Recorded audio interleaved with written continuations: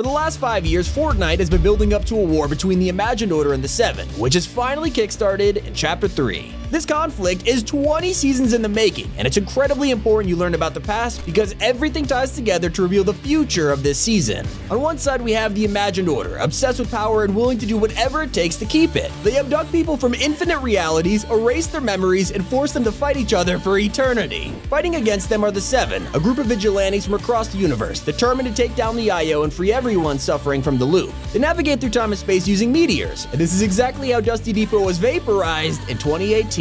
After the dust settled, a mysterious agency rushes in to investigate, and they quickly discover a divot left by the meteor, but their investigation is brought to a halt almost instantly. Inside of this comet lurks something extraterrestrial, and this is revealed to be our first member of the Seven. Realizing that the Imagined Order is already here, he trashes the facility and escapes. Throughout the season, he mostly disappears, until his plan is put in motion. The entire community banded together to watch the Visitor hijack a rocket, and after he flies through a rift, all evidence of his existence is seemingly gone. An entire year passes and neither the Seven or IO are seen during this time. Suddenly, helicopters start appearing around the island, and dig teams form around Loot Lake. They excavate the area, uncovering a vault. It had been hiding underneath the island this whole time, and inside is the Zero Point guarded by Singularity. She's speculated to be the alter ego of the Paradigm, another unknown member of the Seven. But her protection of the Zero Point doesn't last long, as the final showdown draws near. The Devourer tries to take the Zero Point before Singularity kills it using her mech suit. But with the Zero Point exposed, it becomes extremely unstable, interfering with time and space. The worst part, it's on the verge of exploding, bringing us to the brink of total annihilation. To save reality, the Seven make their way to the Fortnite Island, truly united for the very first time. They use their rifts to release the meteor that's suspended, and send it straight into the Zero Point, completely resetting reality and taking us into Chapter 2.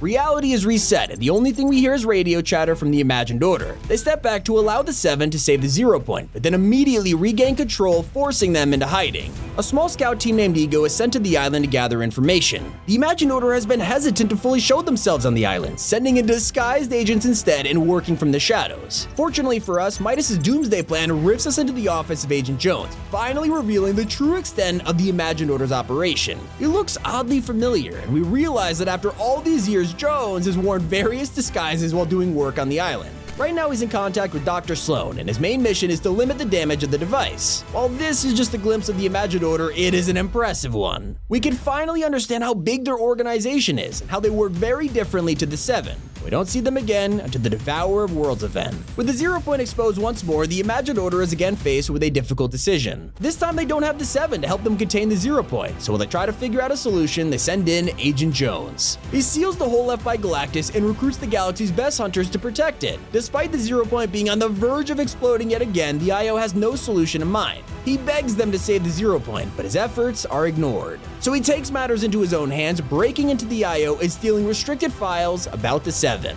If they saved the Zero Point last time, they could do it again. So he puts his lifelong rivalry with the Seven aside and calls them in his hour of need, striking a deal with the Foundation. In return for their help, he has to reveal the location of Geno, the leader of the Imagined Order. This is where the IO vs. Seven war begins to take shape. With Jones defecting, Dr. Sloan has to come out of the shadows to lead the Imagined Order to victory. But there's one huge obstacle in her way, the last reality. Sloan fends them off while using her spare time to try and locate the traitor Jones. But during this, the Foundation is led on a quest of his own. Inside of a crossover DC comic, the Zero Point takes him to Batman's reality, Gotham City. He explains to Batman why he has to get home, revealing that Geno having control of the Zero Point is dangerous, and the IO learning more about it with each passing day. When the Foundation returns to the island, he comes up with a plan to take down the Imagined Order and free the Zero Point from their control. There's only one problem. Right now, the Seven aren't united. The Paradigm has been exiled from the group since becoming Singularity, and the Origin and the sisters are missing. With the group split, he needs someone else to help him take down the IO, Jones. But unfortunately, Sloan has gotten to him first.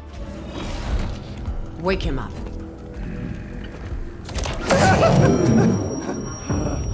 You just had to be the hero, Jones. Do it. No, don't do it, don't. This isn't personal, Jones. Although I do plan to enjoy it.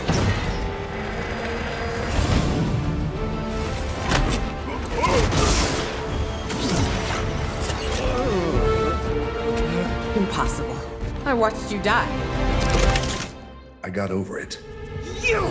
As they head to the main chamber of the bridge, the Foundation begins phase 1 of the plan. This is one of the first times we've seen the Seven make a move in the war for reality, and it is a big one. They turn off the gyro system, flipping the island. But before they can get to the final phase, a problem arises that they didn't account for. They're sent straight into the water and witness the island flip. The Imagined Order has been exposed from the shadows, and the Seven's plan has failed. Now their location has been uncovered, and the IO are about to begin their counterattack. In preparation, the Seven need to regroup, so the scientist tries to reach the Paradigm and bring her back to the fight. Her skills are unmatched and will be needed in the war to come. This is going to be a challenge though, as the rest of the Seven are still hesitant to bring the Paradigm back. There is a huge tension between them, and it's about to get even worse. The Seven send rockets into space to get resources, while the scientist investigates weird tremors happening all over the island. That's when Dr. Sloan arrives onto the Fortnite Island wearing new snow gear. The seismic activity being investigated is more than just simple earthquakes, and they are not natural either. Drills emerge from the ground and mole teams set up camp around them.